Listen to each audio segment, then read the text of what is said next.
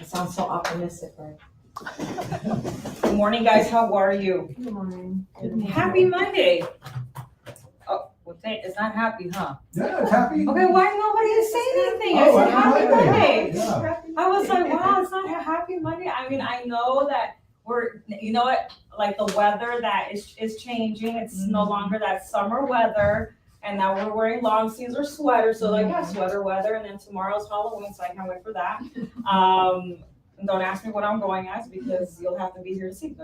Welcome to Momentum. So this is Business Foundations Bootcamp. So originally it was like a business overview bootcamp, but basically I decided to do this class last. And this is a lengthy class. So I hope that you drank enough coffee because I ended up getting the free coffee here at the office. Because for some odd reason, the coffee that I make at home doesn't wake me up. And when I come over here and I drink the coffee, it like wakes me up. I'm like, ooh. So I hope that you guys, it's not a boring class, but it's very detailed in regards to the foundations of your business. If we go through this, well, obviously we're going to be going through this together. The foundations of your business basically will guide you in regards to how you're supposed to work on your business. So obviously we're going to be creating what your model is, your core values. We need to know this as a realtor. And you have to have the mindset of knowing what your core values is when establishing your business, because then that's what you're supposed to be going based on. You didn't get into the business to say, I want to make a lot of money, right? Well, I mean, some people did, but then see what happens. That mindset of, I want to make a lot of money, where does that get them? Probably, it doesn't really get them anywhere. It's just that mindset. And those people are not intentional with what their beliefs are. But then again, what are their beliefs? The only belief that we know is that they want to make a lot of money. So when we got into the business, not only did we study for it, we reviewed, like, I'm pretty sure we reviewed a bunch of like paperwork for it. And then we went to go take the exam. Maybe some of us passed it on the first time. Maybe some of us passed it on the second time. I know people that's taken them 10 times to pass it, but regardless, they passed it. But now, if you think about it, when you took your exam and you got your license, you had a book to outline, this is how it is to be a realtor, this is contracts, da, da, da. Now that you got your license, then what happens? Do we have a book in regards to what it is to establish our business as a realtor? No, right? We have to learn. So that's why Momentum always goes back with SPAR. Study, practice, take action, and when we take action, you will reinforce what your beliefs are or what you've done so that you can go on with your business. This is actually, like, I'm on page 5, guys, but SPAR is something that we go through Momentum all the time. Study, practice, take action, and reinforce it. Basically, after you study the method of doing something, you practice it. So in Momentum, what haven't I done? What classes haven't I done? I did honestly everything related to getting business. When it comes down to listing objection class, pricing bootcamp, objections, FISBOs, it's getting the business that I've basically taught. So after that, you would have to study it, put it into practice, and then take action. So if it was for FISBOs, we studied it here. Now you guys would have to put it into practice out on the field and then take action about it by continuing to do it and then reinforcing it, right? It makes some type of sense. So let's talk about section 1 where it talks about developing a thriving business mindset developing a thriving mindset for business success. Says here that we have to achieve work-life balance and a great personal life. Wouldn't you agree? Mm-hmm. Okay, we're going to be looking at page 10 soon, but this is what I wanted to start off with. So, how do we create a balanced work life along with a personal life? Do we have issues with that? Anybody here? Mm-hmm. Yeah, You no, bro, you don't. I know you don't. my calendar. Marisa does not have an issue with that. She's been able to create balance. Why? Because she's implemented basically time blocking her calendar to make sure what she needs to do for the week. The reason why I bring her as an example is because she's come to many of my classes, and that's one of the things that I did teach, time blocking. Another thing, you have to surround yourselves with like-minded people and positivity. Momentum at the end of the day wants you to be able to establish a balanced work life. And I think that if we start with the fundamentals, then everything else come into play. So now look at page 10, okay? Because while I'm getting there, I'm gonna go through these slides. It says here, when face to face with old mortality, you will undoubtedly say one of the two things: I'm glad I did, or I wish I had. Now, I have a question for you guys. Would you like to say, I'm glad I did it, or would you like to say, I wish I had done it? I'm glad I did. Okay, so why do realtors procrastinate? Why do we procrastinate? Hey, I'm included in this mix too. Why do we procrastinate? I would love to say I'm glad I did it, but a lot of us say, I wish I had done it. Why? Anybody? We are Yes. in control of our time, so that makes us like kind of be more, reschedule stuff and. True, but if you think about it, there's gonna be a part in this pamphlet that's gonna say, what would you do in the last 24 hours if you only have 24 hours? If you think about it, we sleep 8 hours, we work about 8 to 9 hours, and the rest of that time, what do we spend doing it on? Probably unproductive stuff. What were you gonna say? Just lack of focus. That's it. Okay, so the truth is that Dave Lineker says you play better golf with better golfers, right? In real estate, if you surround yourself with like-minded individuals and individuals that produce very well in the business, you'll probably do as well as them, correct? What happens if you surround yourself with agents that just procrastinate and say, I wish I had done it. Or this is the best example that I always hear. You know what, everything that Liz has taught, I've done it. And it doesn't work for me. Why would you want to surround yourself by people like that? They may have only tried it once, but did you know in order to create a habit, you have to continuously doing it? It's like going to the gym.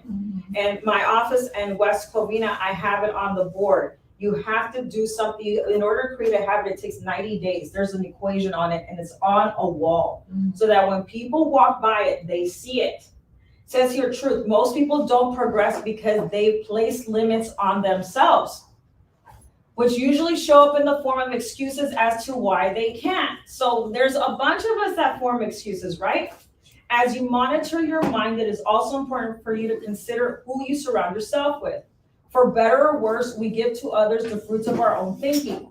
We are all influenced by thinking of those around us. So here's the thing. This is the way I like to view this in a way. Being a realtor is like being in a committed relationship.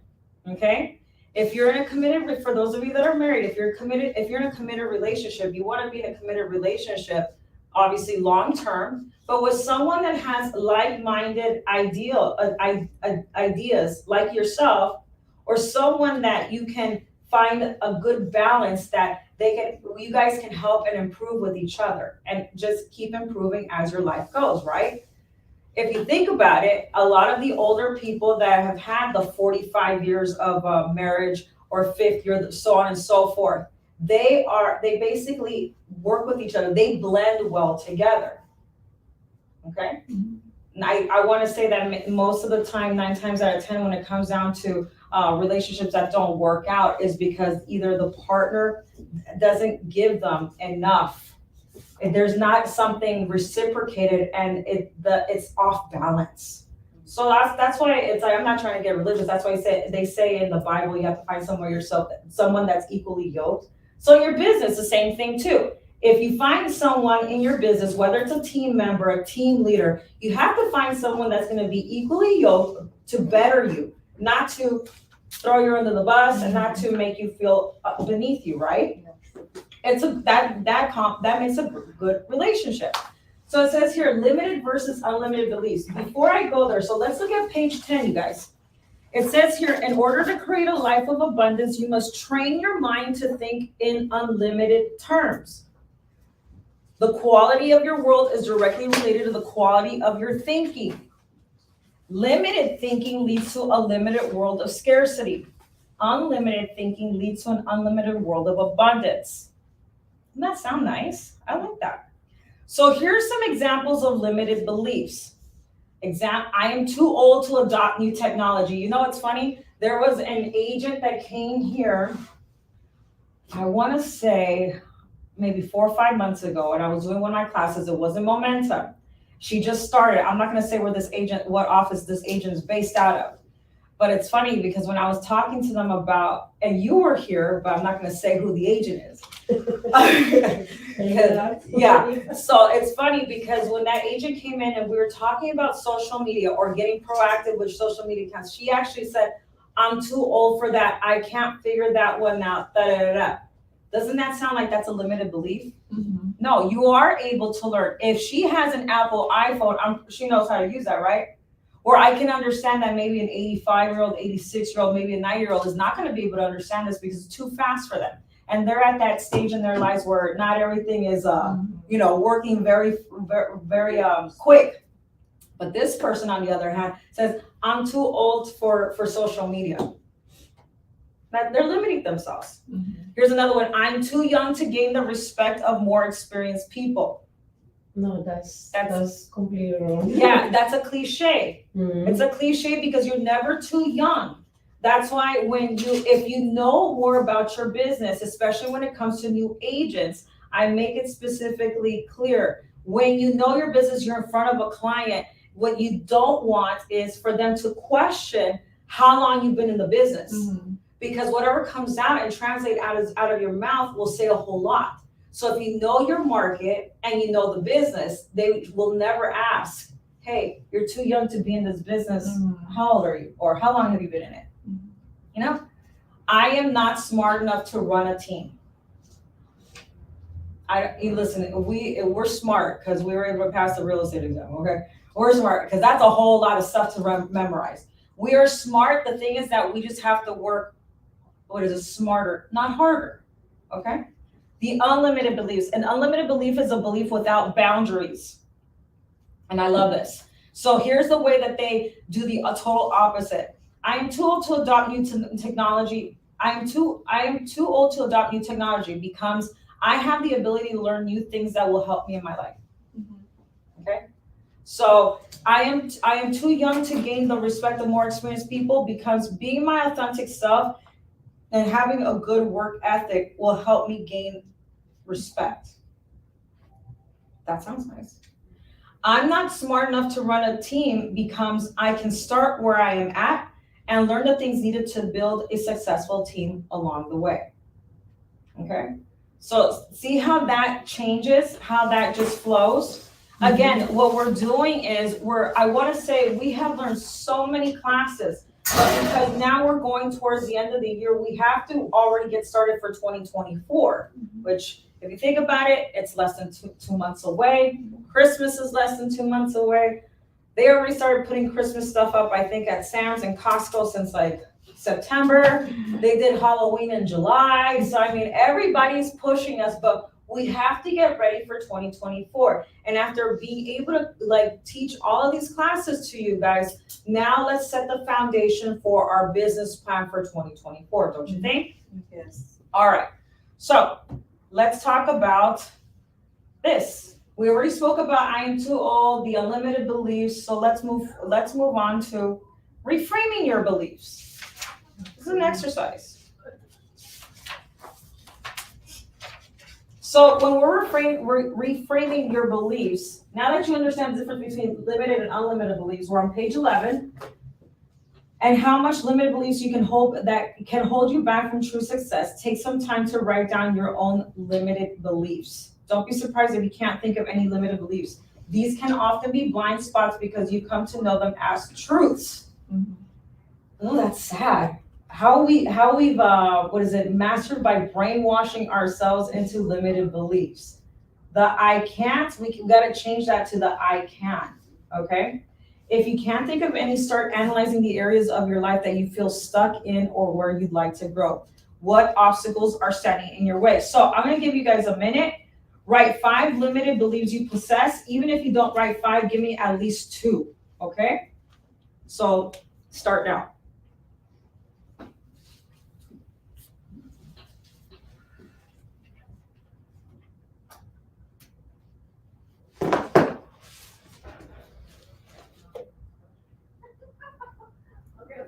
As we hear Morgan laugh.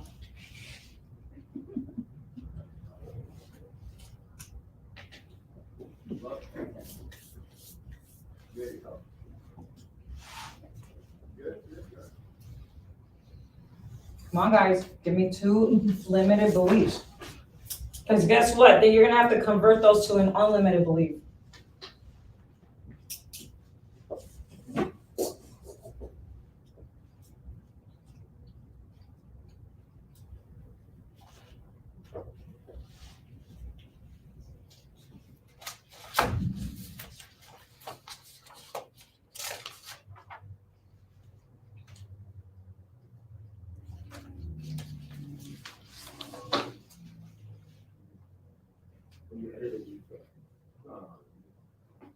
They shot separate cases and the editor.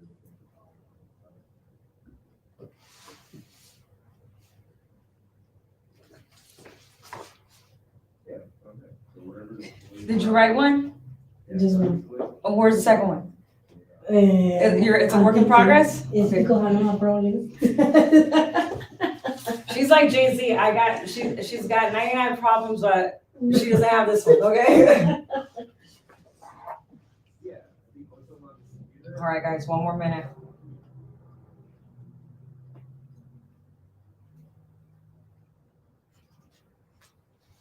Yeah, tennis sharp in studio. Or does he go?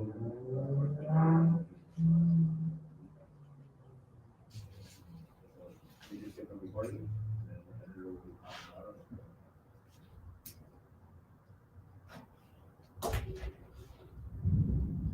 You're shooting it one way, and the editor shoots it quick top and bottom. Okay, anybody want to share? No one wants to share, I know that, but I'm gonna start picking. Yes, sir. I'm not social media savvy enough. So if that's a limited belief, make it into an unlimited belief. I am. I may not, yeah, that's true. So that's the thing, you're not social media savvy. So I may not be social media savvy, but I'll learn the techniques of social media to make sure that I like handle it better. See? What's yours? Well, I need to learn more about finances. Okay. To understand more about the interest rate and all the craziness that is happening. So I may not know about loan financing, but I will get to know bits here and there so that I'm able to best guide my clients. See, that becomes a unlimited belief. What about you? I said more towards like I'm new aging and I have a lot of experience. But for me, I have my own past experiences investing in some properties, so I can help them with my experience. So that's what I'm trying to. That's beautiful. That's great. So you're a brand new agent. Mm-hmm. So your limited belief is that you're a new agent and you don't have enough experience. Yeah, so selling, helping out. Selling and helping homes, but because of the fact that I've done real estate before and you're personal, Yeah, that will help me with. Yeah. That's all it is. yeah, that's. That's all it is. See how that changes? Yeah, I need everything get perfect for a start. So I just need a start, No, wait for everything, place it one time, okay, now I can start. Okay, I know exactly what you're trying to say. So I think, correct me if I'm wrong, I think what Adriana's trying to say is that she would like for everything to be just everything perfect all at once so that she could start from there. No. That's the life.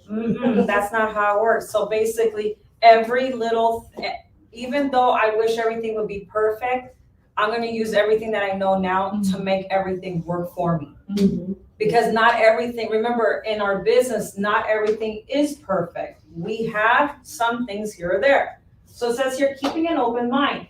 I'm learning based. I know what I know and there's more to know. A fixed mindset is I know what I know and I'll ignore everything else. Or I know it all. We all know an agent, and I say agent because I don't want to say a person. We all know somebody in our industry that has the I know it all mentality. What happens with those people with the I know it all mentality? Do they get anywhere? No, because they know it all, right? They went everywhere, but where they're supposed to go. Okay. So now let's start talking about introducing an agent business model. This is important, you guys. This is gonna be page 13. So we want to have keep a big mindset on this. So there's 4 models, and this is where the agent business model comes in. It has life aspirations, financial requirements. We have our entrepreneur's mantra, financial model, transaction benchmark, and then it goes side categories, your operational model and your organizational model. And at the bottom, it's a career development model. During this bootcamp, we've covered all 4 models, believe it or not. We have. And momentum, we've covered the majority of these because we have spoken about what the roles are as a listing agent. We've spoken the roles about a buyer's agent and their activities. We've touched bases on career development model, which is learning mastery. Learning mastery is coming to classes like this, going to classes within the organization to help you improve, okay? The one thing that I have noticed that agents do forget or are scared to talk about is what? Finances. That hurts, huh? So we got to think of it this way. This is our map. This is our goal. They say that in momentum that we have to learn GPS, goals, planning, and strategies. Not GPS like navigation.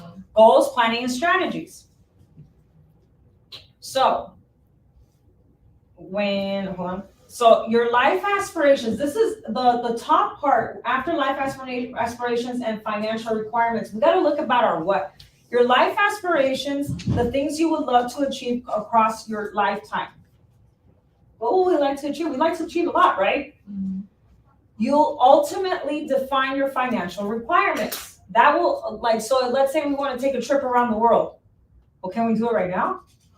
Most of us will probably say no. But what happens if we plan to get there? That's why it says you will ultimately define your financial requirements based on what your aspirations are. These financial requirements will show you how much money you need to make in order to fund the life you want. Have we figured out the type of life that we want? Has anybody even thought of it? Listen, I'm not gonna lie. I don't think I've ever taken the time to think about the life that I want. I think I've taken the time to think about, hey, you know what? I got my license.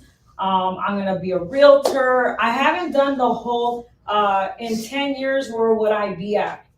Shoot, let alone I didn't even think in the time that I was here, I was gonna be at where I'm at, but it happened. So now I have to slow it down a little bit and now think about what's my next 5 years. So with that, that's why we have this map, this roadmap.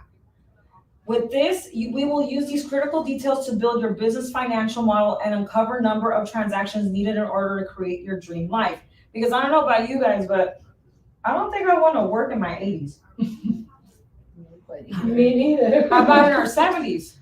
No. I mean, I think that if I work in my 70s, it's just to keep me active. Because I'm old, but until my 60s. Yeah, but to keep us active, right? But I'm depend on it. yeah, but we can't really depend on it. That's a good point of it, So let's talk about this.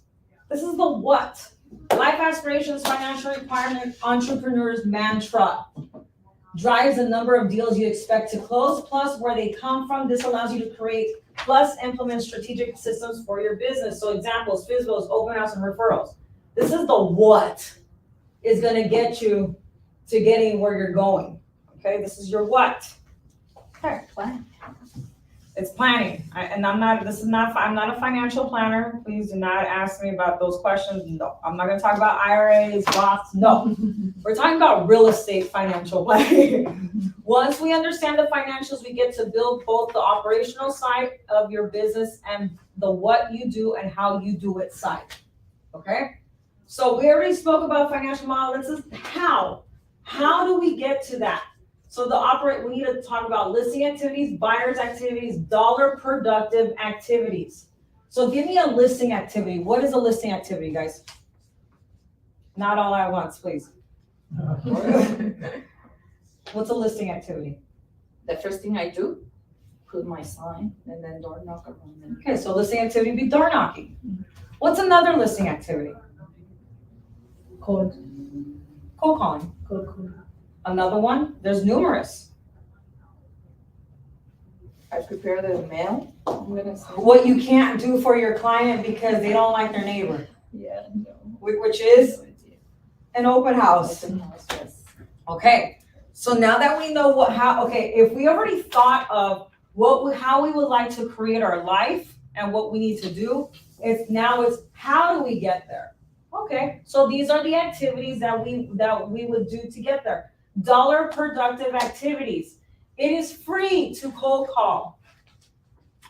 It is free to contact your affiliate, your title rep, to say, hey, I need X amount of properties around this area because I need to see if the over 55 and over community. That's a big one right now, okay? I said it in the Broker Power Hour. That is the biggest, and no one has tapped into it, which I'm waiting. I already have an agent that does it. She's doing really well. Tap into seniors. Why? Because they're one of the leading demographics in the United States with like over 55% sales being done because of them. So see, that is dollar productive. It really doesn't cost anything. Okay, so when it comes down to the operational model, how? This is where those strategic systems activities develop, determining how your business should be run. So listing activities, buyer activities, dollar productive activities, we just spoke about that. This is where we meet sellers, review pricing, add client anniversary to our CRM. This is where we get organized. We have to be organized in order to be able to work on our business, correct? Yes. If we're not organized, what happens? Nothing. Thank you. Nothing happens.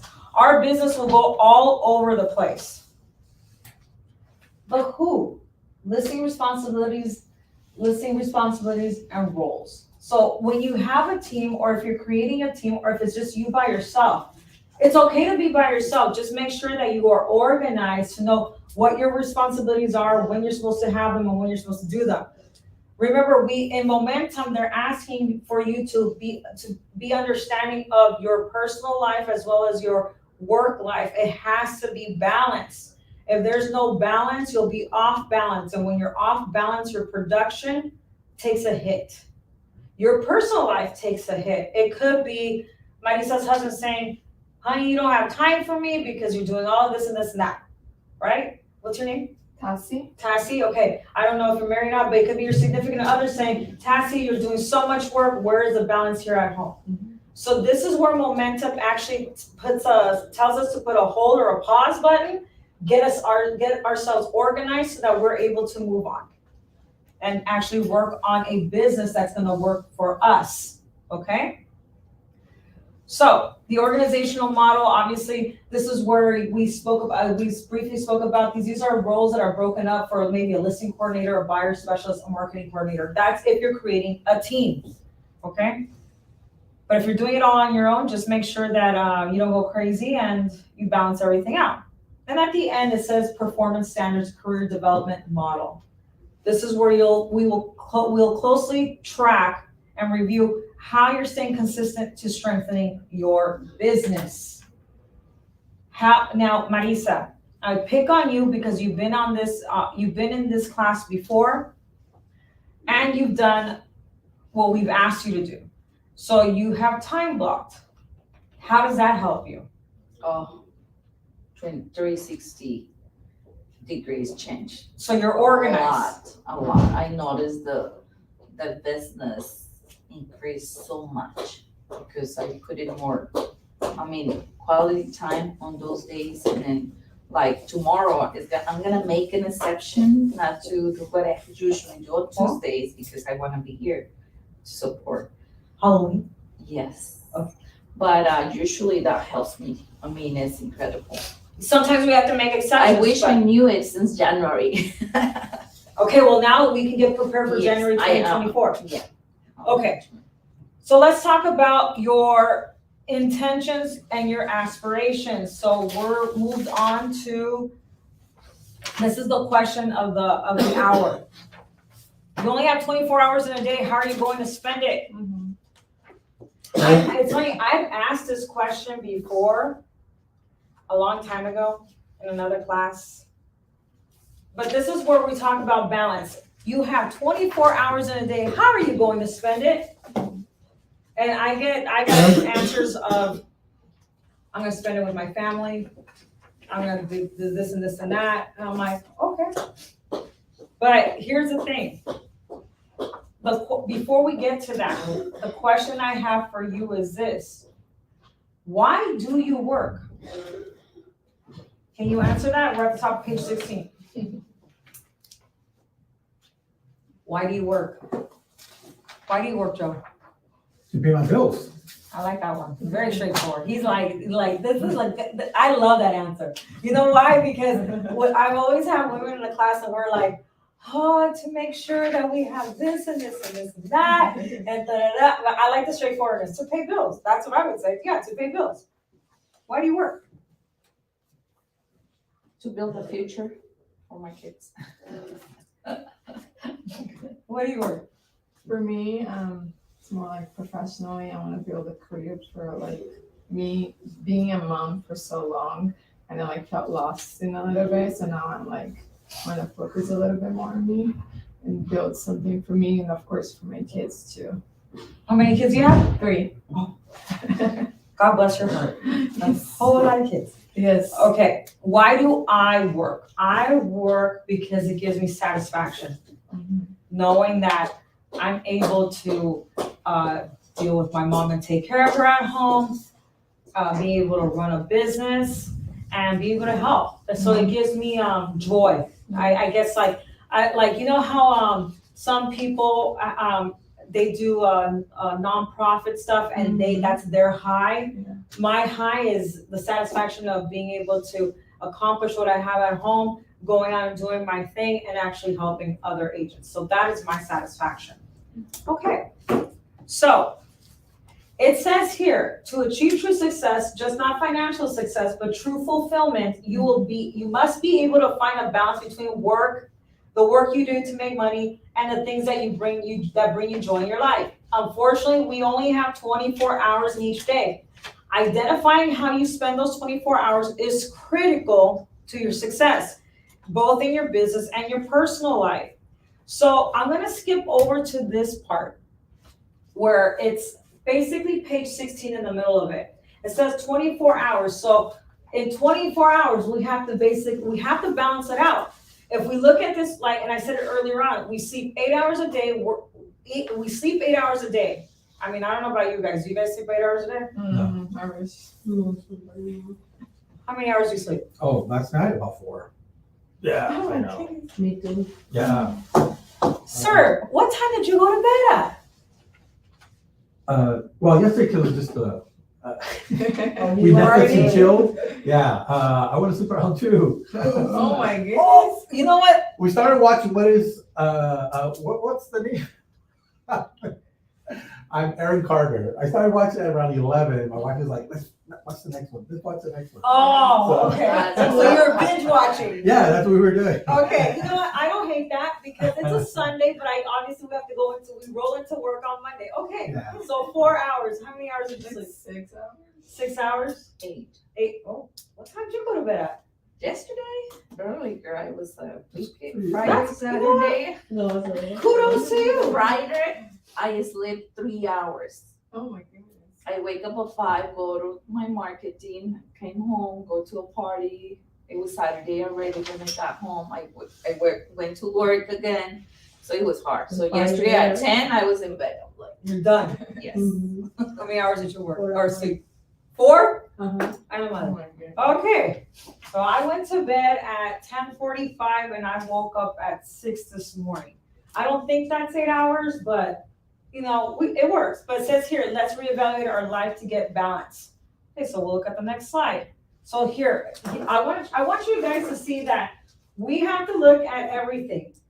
Ourself, the relationships, but at the end of it, what does it say? Finances. And that's gonna be the I don't wanna mess up this name.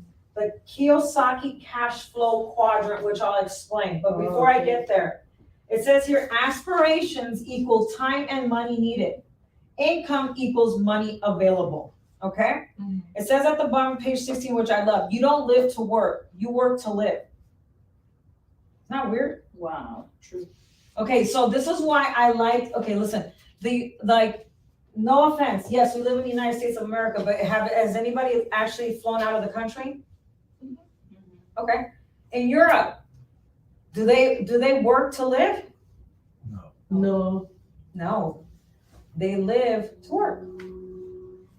Same, and I forgot what, I know I've gone to Mexico, they have, what is it, siesta for 2 hours? Yes. All the business close at 12. 12, and then they until open. 4. I think and so it's then- all Latin America. Yes. Some parts, I not think all. Mexico Sunday, what part of Mexico? Well, I've gone to Guadalajara. I'm Mexico from City. Guadalajara. I've never- I'm from Colima, in my hometown. If you go Oh, there, okay. like they open at like 6 in the morning, and then they close, and then they reopen.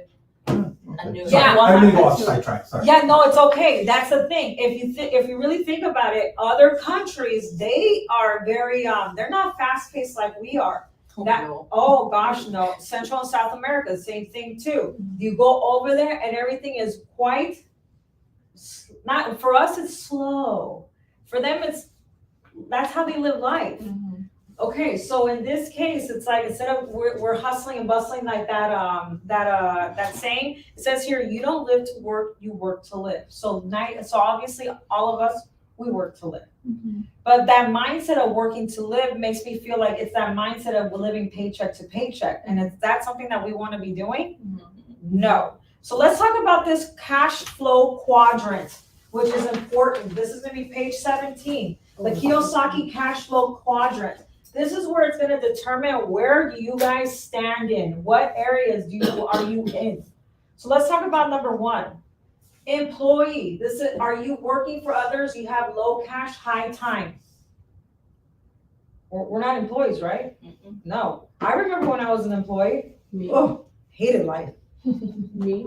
Oh, I'm sorry. Yeah, Adriana. Okay. But you have to find a way to enjoy, because you can thinking in the negative, like you working this much hours, because you have to think like, is not how this, how would be my life? Like no gas, no money for put gas in my car. Imagine. Not going to be able to come here. So that's the kind of thing you have to thinking. So Adriana, I single her out in a good way for the simple reason that she's getting into the business. She's just starting out. So she has not left her 9 to 5 yet because she's transitioning over. So in her, and with all due respect with her, I can understand where she's at because obviously she's getting to the business. She's working on a deal right now. And until she has more stuff going on, she has to have one foot there and the other foot out, which is okay. But that's why we're going to talk about getting your foot out so that you can work beyond that and you can become what is considered self-employed.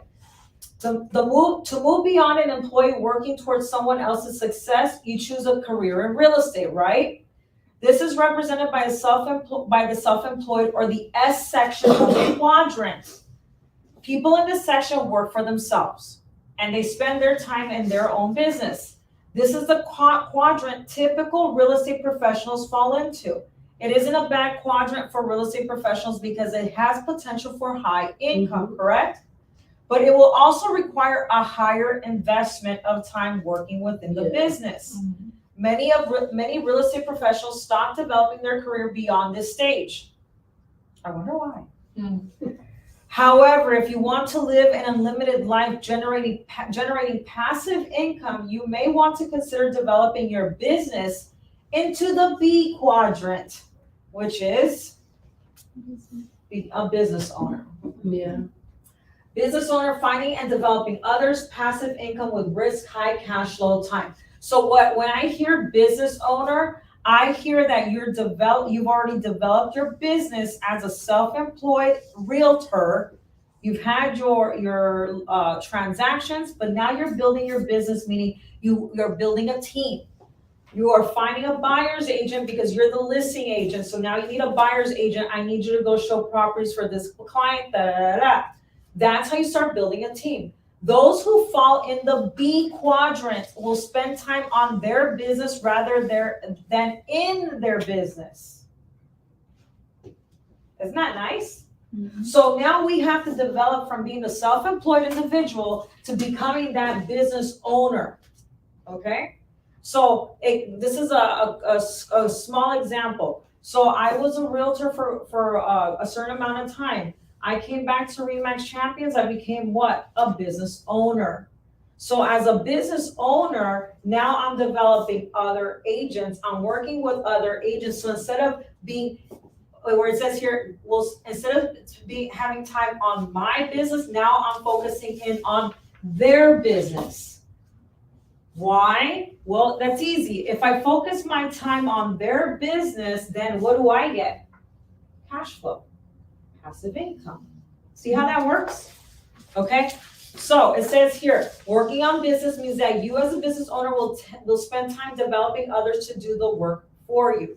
There's nothing wrong with that. It's just the fact that I went from one to another. Okay, this career path also has a high income potential and requires less time than being self-employed, since you'll be focusing on recruiting and developing talent rather than personally performing the daily processes needed to run it. Which leads us to the last section. Investor, the ultimate. This is the ultimate. Listen, I'm going to talk about her, and I know it's on YouTube Live. I'm going to talk about her. This is where Jennifer Puglisi sits in. Mm-hmm. Think about it. I'm not talking bad about her. I'm talking nicely and highly of her. According to Kiyosaki, the highest level of career options is investor, represented by the I section of the quadrant. Those who fall within this quadrant will be hands off in the income generating activities and collect a passive income. I don't know if you guys went to the first class of her wealth seminar. You know, that coffee is really kicking in. Her wealth seminar. She's going to teach us on how to start building our wealth. How? She's going to tell us the tools of the trade. I know one of them, or many of them, she's going to talk about buying investment property as an investor. Mm-hmm. So you see, she started all of that, and now she's at the eye of the quadrant. Mm-hmm. Investors do not run the business so little to no time is required for them to make the business successful. Only money. However, it does carry some risk because an investor has little to no say on how these businesses they invest in are managed. Generating passive income is where true wealth can be made. As you can see, or what she's going to say, her past history, she says she went from a very trying time and she basically redeveloped her whole life again to now where she has wealth. She has a lot of income properties and is generating her what? Money. Mm-hmm. So do you believe you will be successful in your real estate career? Mm-hmm. Yes. I hope so. I hope you guys say yes, because if any of you guys said no, I'd be like, what is wrong with you? No, just kidding. So the question is, why do people succeed? Anybody? Hard work. Huh? Hard work, education. Mm-hmm. Okay, so write your answer on the top of page 18. Why do people succeed?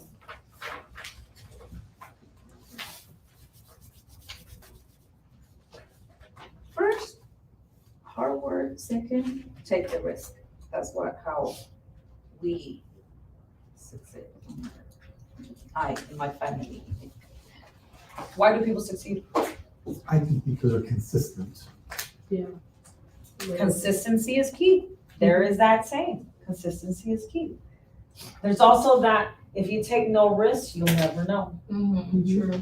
If you don't take the risk, you'll never know. Determination. Determination. These are great answers. I think the one experience, or the one thing that I've been able to learn in the amount of time that I've been here at Champions is that I was always scared of taking a risk. I'm very analytical. My mind, it's just like, what's that movie? Was it Good Will Hunting, where the guys are like writing on the board and they're like doing all this equation? That's how my mind works. If you tell me of an idea or a thought that should happen, then I get all like anxious and antsy in the inside. Perfect example, Jennifer had mentioned to me, hey, you know, why don't you think of the first office that I had, she was like, why don't we look at getting something bigger? I was like, oh no. I started freaking out because I was like, wait a minute. I have this office, I'm good, but something bigger. Then I'm thinking, oh shoot, there's money, I have to invest in this. My mind kept going and doing the what ifs. But what if this happens, and then this could happen, and then this could happen? So that whole equation of writing on the chalkboard, I was going through that in my mind. And I was like, okay, see, that's the number one thing that will cause me to have anxiety. Then I started thinking the risk factor, I won't take a risk. And then I will probably think of the what ifs. What if I wouldn't have, or what if I do it? Or what if I wouldn't have done it? Or what could happen? You know what? So I ended up saying, you know what, mind, stop it. Because I felt like my mind was like on a thing of its own. And I was like, I need to stop this. I'm like, I'm gonna do the risk. So I remember one time she was talking at was it Central Park and Rancho? She was at an event. And she had come to me with an idea, I think like days before. And she was waiting for my answer. And I was dodging her. I was like, oh, I don't want her to see me. And I was like, hey, great event. And she's like, okay. But I felt like she was waiting for me to say something. And I remember walking out into the parking lot, getting into my car. And I was like, Elizabeth, what is wrong with you? I need to give her an answer. So I remember specifically walking back into that event. I was looking for her. And I found her out, and I told her, and I went up to her and I said, hey, you know what? Let's look at this at another office. I'm ready. Let's do this. And then I walked out. I was like, am I sweating? Is everything good? And I'm like, oh my gosh, I can't believe I did that. And I did. And you know what? I think ever since then, the anxiety and the stress levels of the what ifs went away. So it's taking risks. And I think risk is the best thing ever because you learn from it. And I think the one, piece of advice that she told me, that she gave me was like, okay, so you take the risk. And if something wrong happens, who cares? We'll move on from it. You'll learn from it and let's move on. I'm like, I like that. Easy peasy, you know? So if you guys ever had that stress or anxiety about that, that's how I went through. And you know what? It's been great since then. Let's look at page, obviously we're on page 18, but let's talk about this multi-dimensional thing. Where if we have intentionals and unintentionals, reactive and proactive. Let me go back to the last slide. Success is multidimensional, internal and external. So the question is, where do you fall on the spectrum? Does anybody know? It says here, intentional plus reactive equals content. I want it, I'm not moving toward it. So when people are intentional or reactive, they're just content. We know some people like this, right? Mm-hmm. I know I do. This is what happens when you desire to be successful. People talk a big game and no one moves towards their goals. This is what I call the talk is cheap. These are the people that I say talk is cheap. They say it all the time that they're going to do this, they're going to do that, and they don't get anywhere. Next one is unintentional and reactive equals failure. I don't want it, I'm not moving toward it. These people are business destruction. Stay away. These are the ones and so this is a funny part. You guys are learning all of this, and if you guys do end up thinking of forming a team or being part of a team, this is where you can analyze the people within your circle, within your team. Because remember, what does it say in the beginning of momentum? We want to be around like-minded, positive individuals that are gonna uplift us in our business, not put us down. So these are destructive people. Stay away. These are reactive and unintentional. Okay? Next one. When you're intentional plus proactive, then you have a life of abundance. These people know what they want and are doing things to get it. These are goal-getters. They're on it. They're on it. They're on it. And that's what we want to be surrounded around. Next. The unintentional and the proactive people are the ones that are the most frustrated in life, in the world. Everything hurts them. Everything is like, oh my gosh, I can't stand it. These are the, I don't want it. I'm not moving toward it for other reasons. These are procrastinators. These are the burnout. And these people that don't know that are successful have ups and downs. The working harder and not smarter in their career. Okay? The thriving careers do not happen accidentally or unintentionally. I believe we probably have some of these people within our circles, within our lives. So now what do we have to do? We got to see what's gonna. I don't understand. I'm intentional and proactive. So the person is doing something, no? So these are the ones that I don't want it, I'm moving toward it for other reasons. They're unintentional plus proactive, they're frustrated. Mm. You know some people in your life around that. Exactly, you already know. Okay, let's move on. So becoming intentional plus proactive. So obviously we went through this. Define your aspirations, must be specific. Hope springs eternal. Number 2, develop your goals, plans, and strategies. GPS, you have to develop direction. Hope turns to expectations. This is why we do, I don't know if you guys do it, but your vision boards. Mm-hmm. Okay? I personally don't do it. Don't ask me if I like it or not, I really don't. I'm not that the last time I did cut and paste on a board, it was like for a science fair project, that was back in the day. Somebody's doing that right there? I don't know if they're doing it, I don't know who that is, but actually I'm kind of curious to see what it's on. I saw it. I'm like, oh, I thought you were gonna present that to us. Okay, hopefully it's it's not tape. You know what, we're just gonna leave it right there. It's not tape, but whoever's doing their vision board, okay, you guys can do it at the end. This is why people do vision boards, because they have to see it to believe it. I usually, if I have a goal, I'll write it, I'm not gonna lie, I'll write it on my phone, in my notes, and I just go back to it. I'll write it on my planner, and I'll just make sure I read it every day to know what my focus is. My journaling every day when I journal, because I do that, it's not a diary for people that are out there. I think that's emotional stuff. No. It's just to keep me on my toes, because I want to set my intentions. So it says here, success is intentional and proactive. Why do people live highly fulfilling lives? It's intention. Okay? So what's intentional for us? So it says here, aspirations, direction, action, focus, and dedication equal what? Achievement. Basically, your willingness plus abilities must match your own expectations. Okay? The 2 outcomes to learning. Learning new and irrelevant things may be entertaining, but it doesn't increase the bottom line. What increases the bottom line is your willingness to study, practice, and implement the vital activities of a thriving agent. That's why we talk about SPAR. Okay? Study, practice, take action, reinforce it. Okay? The truth. It's not about gaining an understanding of the basics. It's about mastering the basics. Does anybody want to be called basic? No. It's like the Karate Kid, Mr. Miyagi was master, right? Yes. The master of, honestly, it's funny, I never saw that movie. But because Danny's father was just viewing it on Friday night, I was like, oh, that's Mr. Miyagi, like wax on, wax off. All I know is that I guess the guy he was master in his art.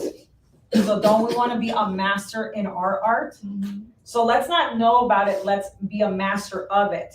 Mm-hmm. So it says here, we have to spar. We go back to this again. Momentum reminds us that we have to study, practice, take action, and reinforce it. Mm-hmm. The true masters of their craft know how to do this. So now let's start establishing your business beliefs. In section 3, page 25, We need to identify your goals. So identifying your goals is what fills your cup and what fulfills you. That's a good one. What fills up your cup? Not coffee. Please don't tell me coffee. What fills your cup and what fulfills you? I'm not gonna have you write and outline your aspirations, but it'll be nice. But if we had 5 hours and we'd be here. But the 4 stages of an aspiration: your want, your desire, your passion, and we do not want to be obsessed with it. And I'll explain why.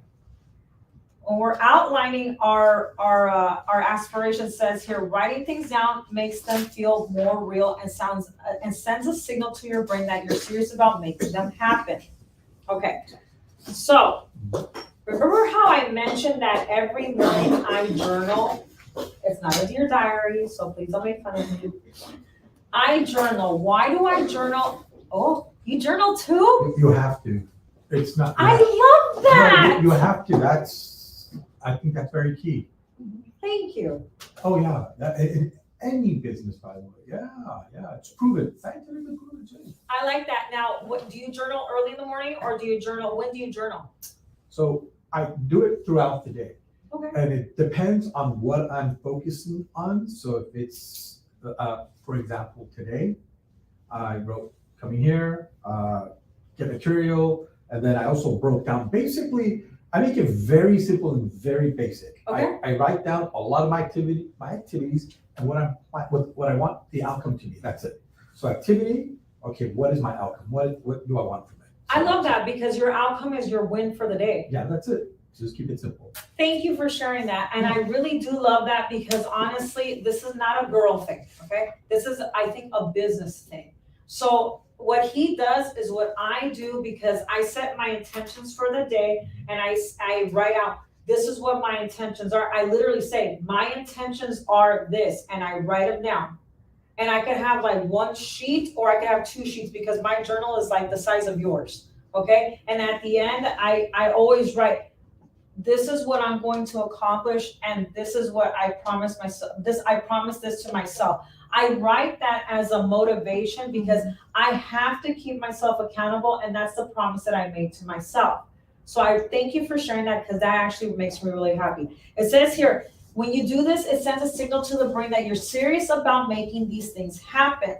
Okay? So looking at this, when you guys get a chance, I know that you already journals, but actually take the time to actually write what your aspiration is. What goals do you want to achieve? How badly do you want to achieve these goals? Okay? Mm-hmm. So let's start ranking our aspirations, which is this is a key.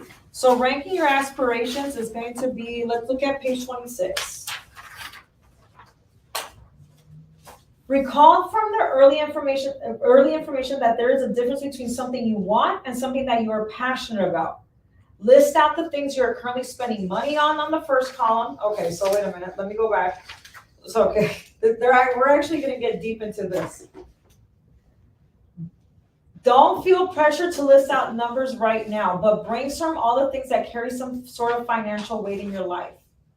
This could include things like your savings account, retirement savings, college funds, vacation, and more. Once you finish listing these items out, then go back and add the stage: want, desire, passion, financial component to each of them.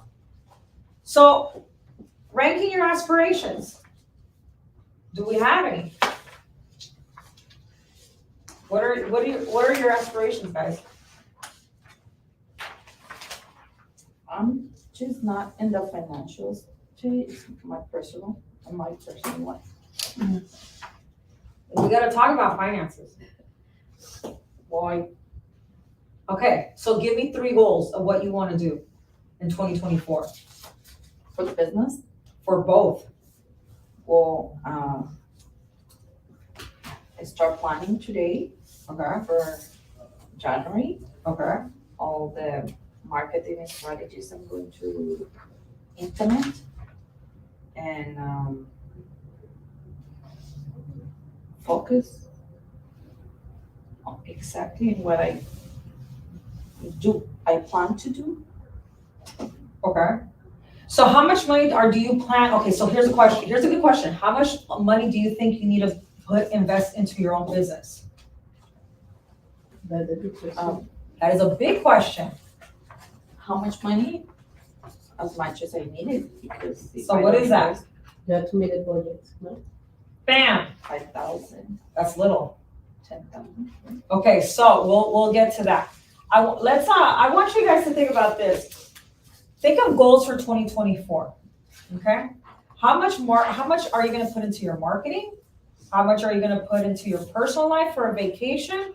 How much are you gonna put if you have children? I'm pretty sure that they need either a college fund or they need a car. I don't know what kids need nowadays. If you tell me a phone, that is not a goal. They need something of value. So you gotta like bullet point those and put on the side how much money is it gonna take to get to that point. I'm going somewhere with this, okay? And I'll touch bases before the end of the class in regards to where I'm going with it, okay? If you can determine that, or even in your personal life, so this is something that I gotta think about, honestly. So I'm engaged. Okay, so obviously there's a wedding to plan, right? So I need to know what the estimate of what I'm gonna wanna spend on that wedding, that budget. Once I have that budget, then I can determine everything else that goes underneath it, right? So if I wanna say that I only wanna spend 20 grand on a wedding, which, that already gives me heartburn. But, cause I know weddings are expensive. Are you But, really engaged? yes, Oh, I didn't know that. that's so me, you didn't know? Well, listen, I'm just kidding, I'm kidding. Let's be realistic, I hardly know anything about it. I know. Well, you know We just what? met, Yeah, you know what, Joel? You need to go look at it. Yeah. Okay, so these are things that I have to now think about because they go based on boom. Okay, here's another important factor, which I don't care to say because I'm an open book. I just got my car back after 3 months of my car engine being blown out. So eventually, guess what I have to do? I have to get what? A brand new car. So therefore, I have to estimate how much I want to look into financing a car and then look at the numbers on my car. So see, that's something else I gotta think about. Again, these are things that we have in life that are going on. Now, my stuff is obviously gonna be a little bit different than your things, but if you really think about it, what do you have to put aside as far as estimating on money factor for you to start building for 2024? Again, I'm going somewhere with this, so we'll touch bases on that towards the end. Let's talk about core entrepreneurial beliefs, okay? You're gonna be looking at page, 47? yes, ma'am. Okay, so these are things, remember how I said that we have core entrepreneurial beliefs, we have real estate beliefs, we have listing beliefs, and we have buyer beliefs. Believe it or not, if you don't have an entrepreneurial belief, we gotta set one for you. Did you know that Remax Champions has core values? We have core values. Guess where they're at? They're on the back of the board, like right in the back of the office. We have determined what our core values are for the office. Have you determined what your core values and beliefs are as an entrepreneur for your business? If you have not, let's discuss. Here's 12 of them. There's no growth without discomfort. I live in a world of abundance. The market does not and will not determine my income. Just because the market is where it's at right now, is that going to determine how much my income is going to be for the year? If we start thinking about that, then we're never going to get a sale, right? My only limit is time, correct? So if we wake up late, do we think we're going to get anything accomplished throughout that day? Possibly not. There's that saying, the early bird gets the worm. Focus is the key to success. I reap what I sow. I think that's important. You reap what you sow. If you don't put that much effort into your business, there's no business to get from, right? Success stems from duplicable processes and systems. It is unacceptable for my business to earn zero. So if you have no win at the end of the day, then did your business win? Did your business earn something? Thank you. It earned what? Zero. People have lived before me. Leverage is the key to abundance. It's win-win or no deal. Cost is only an issue in the absence of value. Okay, those are entrepreneurial beliefs. Let's take the time to discuss now core real estate beliefs. Real estate sales can be a get-rich business. Yeah. Real estate sales is basic. Oh, no. Real estate sales is a task business. Absolutely. I will not convert 100% of the leads I do not generate. That is so true. We are not converting, if we don't convert 100% of the leads, well, we need to generate leads in order to convert. And trust me, even the ones that are not converted, don't toss them to the side. That is a lead for the future. Mhm. You just have to keep up with it. People will trust and follow only what I can logically and tangibly explain. It's unacceptable to leave the client's money on the table. These are strong. It goes on. Homes sell for two reasons, price and exposure. The pricing game is about justification. Pricing is neighborhood specific. Would you agree or disagree? Agree or disagree? Pricing is Well, yes. Yes, correct, yeah. What puts in motion stays in motion. Pricing homes is not an exact science.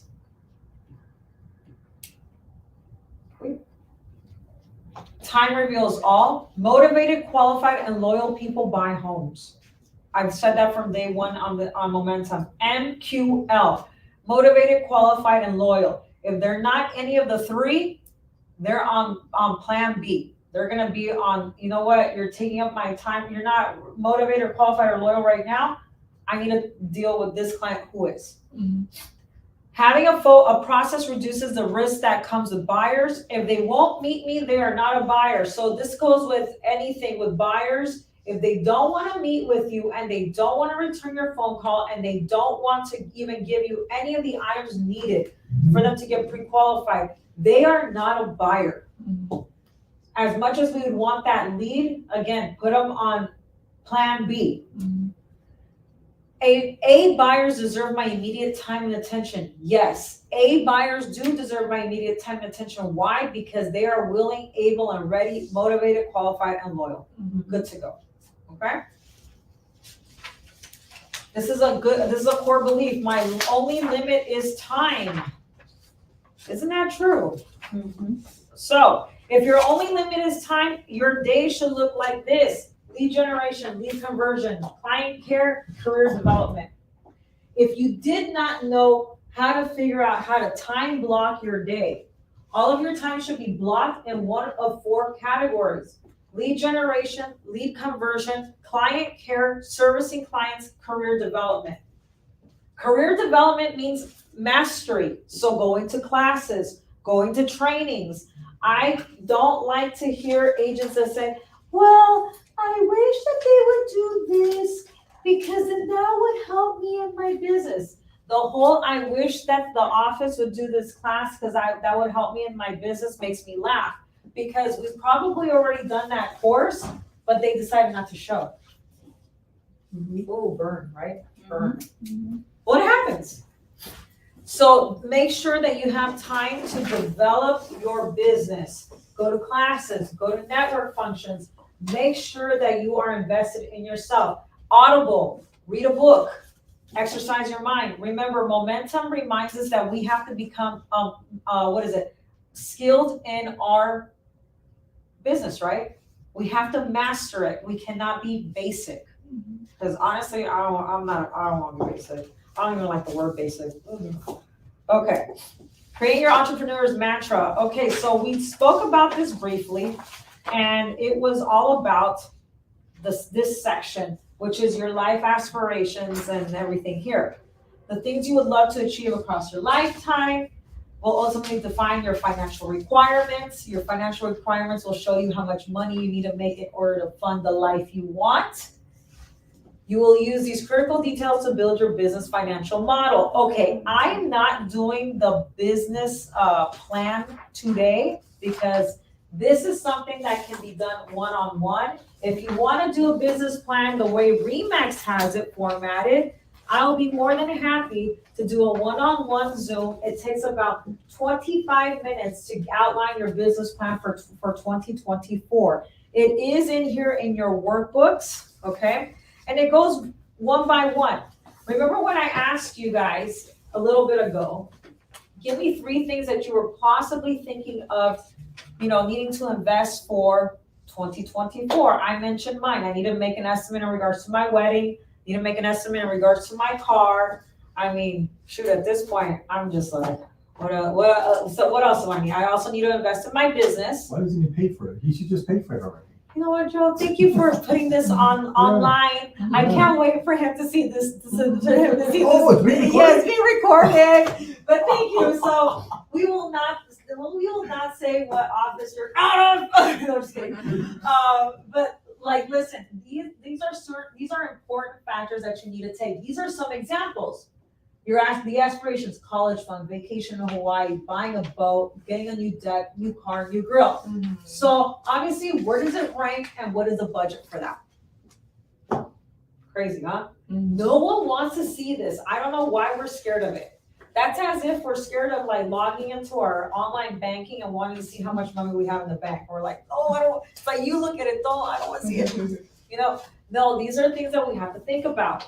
So what I would do if I were you, if you want to know what your financial outlook is going to look like, or in regards to 2024, set up a time with me. I'd love to discuss all of this because it's a lot. You guys can write it down. It's on the pages of your worksheets.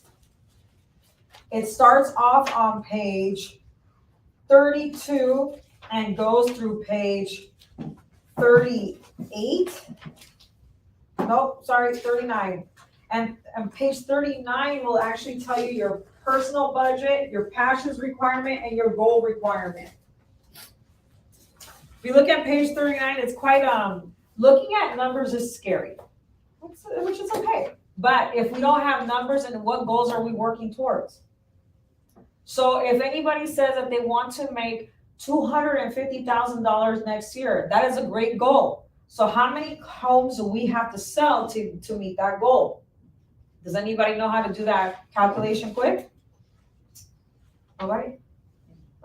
It's easy. Let's go through this. Okay, I'll ask Marisa. I know I've asked you this once before. How much do you want to make in 2024? 150. 150,000? Girl, do you know how much gas is? Okay. No, it's okay. My own, my husband, my kids are their own. Okay, 150,000. So everybody remember that, 150,000. And Marisa, what's your area that you normally sell at? What's the Riverside. and what's the price range? 550 to 650. So 550 to, so let's just do 575. No, 600, because that's decent. So what's the average commissions that you're seeing? Is it 2%, 2.5%? What? 2%? Okay. So if we sell a home for 600,000 times 2%, 600,000 times 2%, that's 12 grand. So you need to do 12 and a half transactions. How did I get to that? That's easy, guys. If you do it on your phone, it's easy. So you multiply 600,000 times 2%, which is the commissions that she will be getting. It's 12 grand. Okay. Mm-hmm. If she says that she wants to make 150,000 for 2024, all she has to do is divide 150,000 divided by 12 grand. 12 and a half transactions. So let's round it off, 13. So you need to do 13 transactions in 2024. Well, that's nothing. That's easy. One a month. Exactly. I can do that. Yes. That equals to one a month. Or if you double ended, hey, why not? Yes. I think it's great. And you'll be able to get 150,000. Mm-hmm. Okay. So again, divide 150,000 by 12,000, and there you go. So now she are thinking how much she need invest in marketing and generate leads. Yes? I already have that. I better go. Okay. So see, now after that, you do the breakdown on cost, and then also guess what? You also have to calculate how much Uncle Sam's going to take from you. Mm-hmm. Thank you. We got it from everybody here. Okay. So I'm glad that we were able to do that. are we learning something here, guys? Yeah. Okay.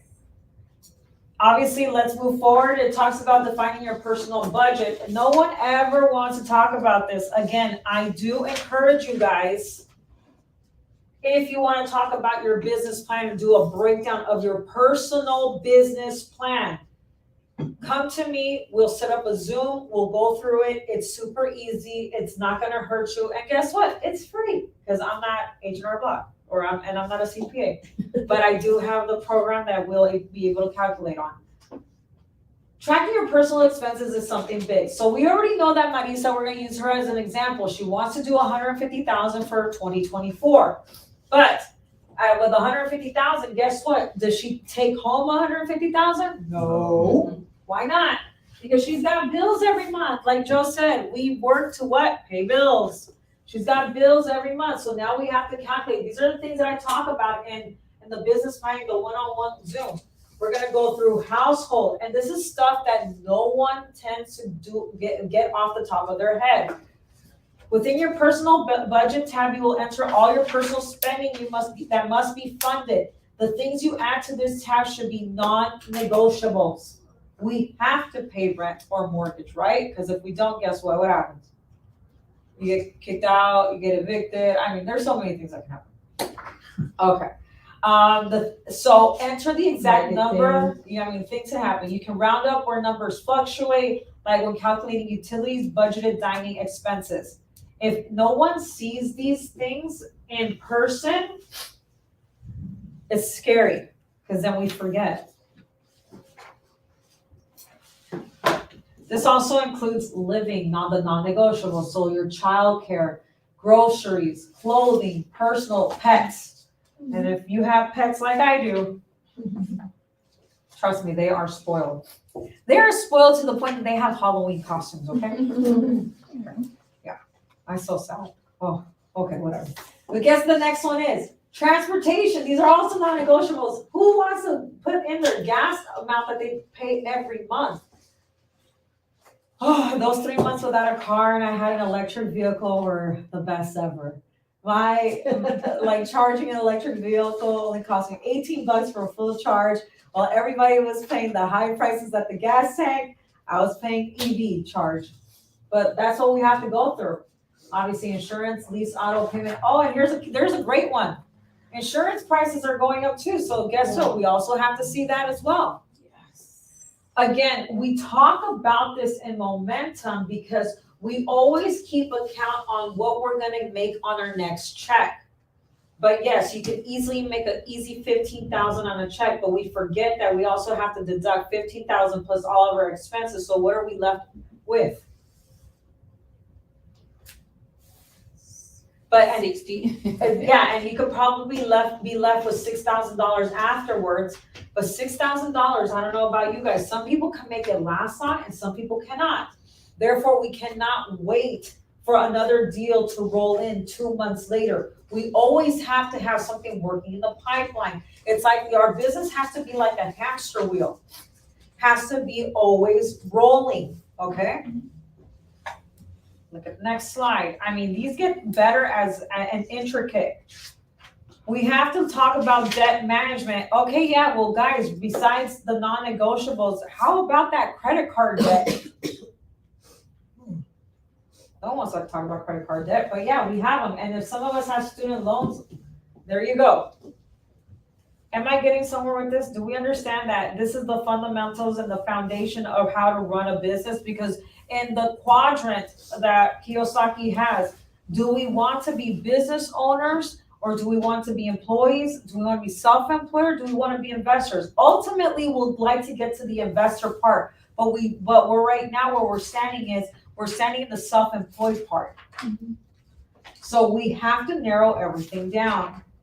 We have to calculate all of this, budget it. We have to go with our core beliefs, our fundamentals, so that we're able to run a business.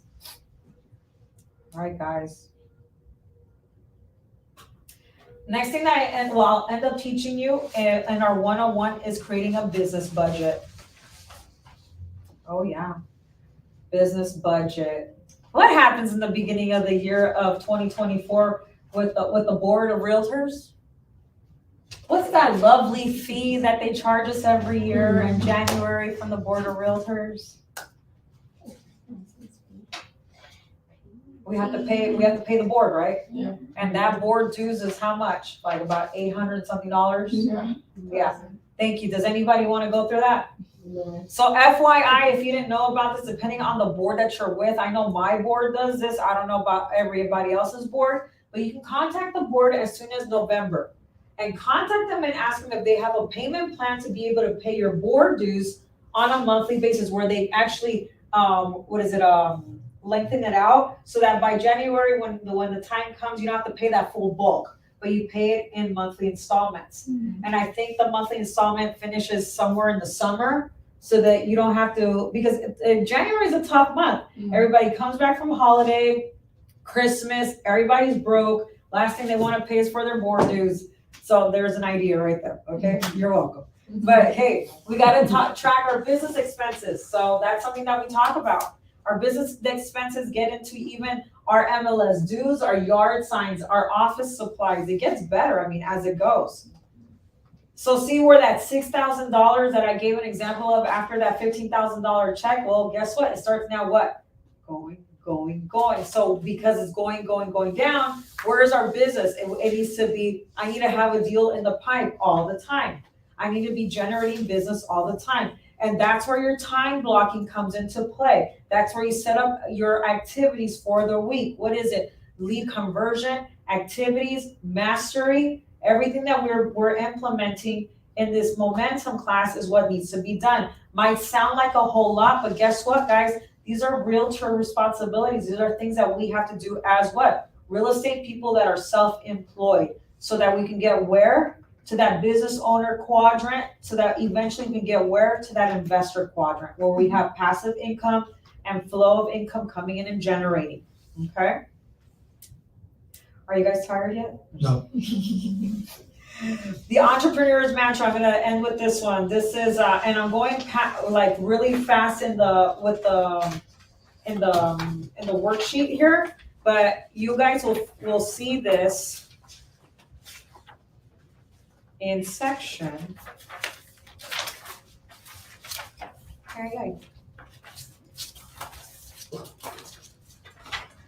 Is it section 8 or 9? I believe it's section 9, but let me just do it, put it on the slide. Actually, no, it's not even there. We're still, okay.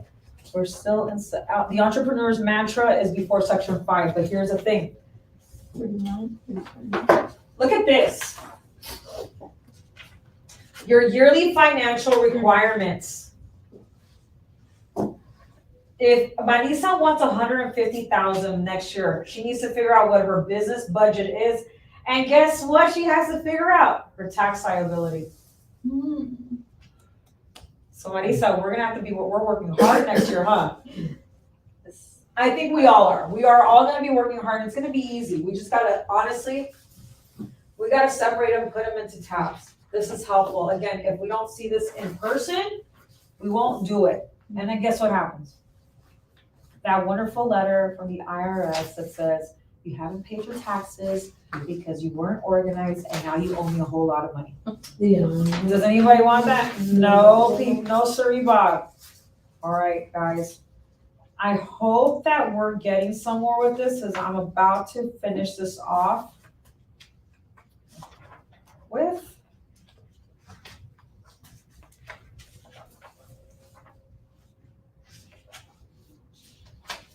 some things that you should be reminded of. You need to ask yourself, what is your process for converting a buyer or seller lead? This is where you need to learn your systems. We need also to ask ourselves, what skills do you need to know in order to convert those leads?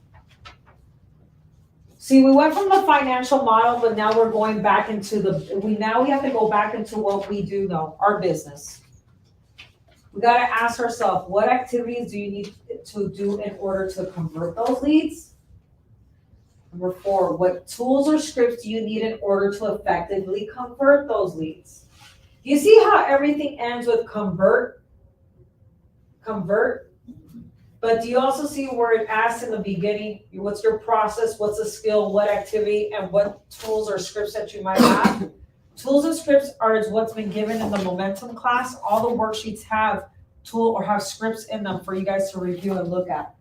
But if you look at this and you take this seriously for your business, you need to, again, learn mastery, be able to know how to process this, learn your activities, know your tools or scripts, become a master of your trade. And lastly, I'm gonna finish off with this. 8 rules of a real estate business. We're going a little bit over time. I'm gonna say, stick with me for about 10 minutes and we'll be fine. 8 rules of a real estate business. This is what it says. 75% of those rules are administrative, don't directly impact production, but they're still relevant. Dollar productive activities only account for 25% of the rules. So as much as that we're trying to run a business, keep in mind that administrative stuff takes a lot of time. So if you can get that out of the way, either in the beginning of the week or at the end of the week, so that the rest of your week can lead to productive activities, that'll be fine. If you have an assistant and they take on administrative paper, like paperwork, great. Because then they alleviate you from having to invest 75% of your time into the admin stuff, and then if you invest too much time into the admin stuff, you forget about everything else. Lead generation, all that stuff. Here's a quick idea, and this is an easy one, and it's free. You know that college courses, like people are doing, need interns, like people are asking to do internships. Interns are free because they want to learn. So maybe if you get an intern, or maybe you hire somebody, or maybe find like a virtual assistant that can help you balance you off. Like maybe every month can give you your P&Ls for the month. Profit and loss. What did you profit this month and what did you lose for the month? That can help you out. Now start thinking as a business owner. If you're building a team, make sure you have a listing specialist, a buyer specialist, and a leader. Okay? This is important. The leader should be obviously developing the agent's administrative team. Okay? That is the leader. Then they will have a buyer specialist strictly to go to buyers, and a listing specialist strictly to do lead generation. Okay?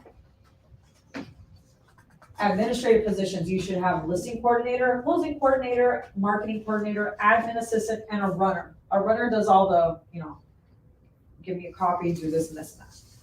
This is if you're getting to the point of building a team. Okay?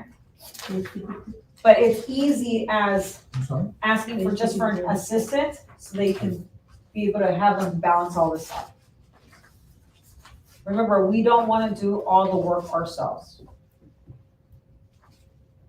So the question that I have for you, and what I'll end with is, how many hats are you currently wearing? Like 3. I think I'm wearing all of those hats, Yes. right? It's hard not to. Thank you. It's hard not It to. is. And if you really think about it, now let's dig a little bit deeper. Not only are you wearing all these hats, how about the hats that you wear at home? Mm-hmm. That's true. Okay, so you have your 3 kiddos. Mm-hmm. So yeah, you have the hats at work and you have the hats at home. Mm-hmm. I have the hats here at work and I have the hats at home, and that's a lot. Mm-hmm. So let's go back to what originally we spoke about. Where do we have balance? And a big broader spectrum, are we ready to tackle on our business? We have to tighten up some loose ends. And I think, and again, this is a very heavy worksheet and a very heavy class, but I think it's important. We have to tackle a lot of loose ends, but I think it's really important that if we can get them tackled in now to get them prepared for 2024, why not?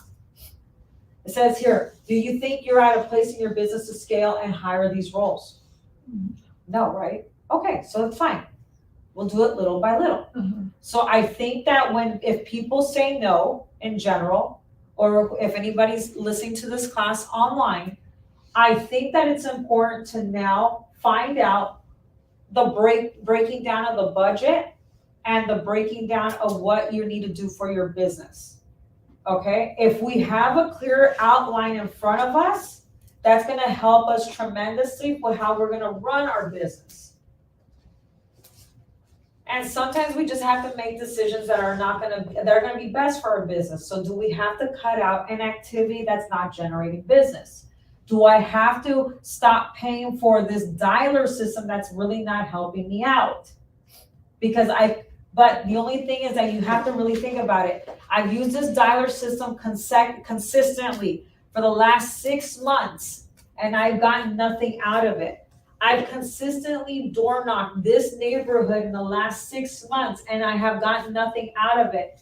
So with the dialer, if it has nothing happened to it, then you may be cutting out that expense and looking to something else. If it's door knocking, get out of that neighborhood and go to another one. Okay, so these are the things that we have to keep in mind and think about. I hope that this class has helped you in a way try to format and structure what you need to do for your business. Again, it's the fundamentals. It comes down with the foundations of your work, of your business as a business owner, and where you take it from here. Do we have any questions? No? Super clear? Super clear that we have to get our butts to work on. We have, well, you guys, like Joe says, he writes everything down in his book. I encourage you to do the same if you can. Journal, brainstorm, and just make sure that at the end of everything that you do, you have a win and a purpose for your business. Every day you have to have a win. Not because I say it, I think it's necessary. Because if you go home at the end of the day and say, I didn't accomplish anything, then remember, momentum says that time is everything and time is limited. If we wasted our time, we've given 0 to our business, and we need to give 100% to our business at all times.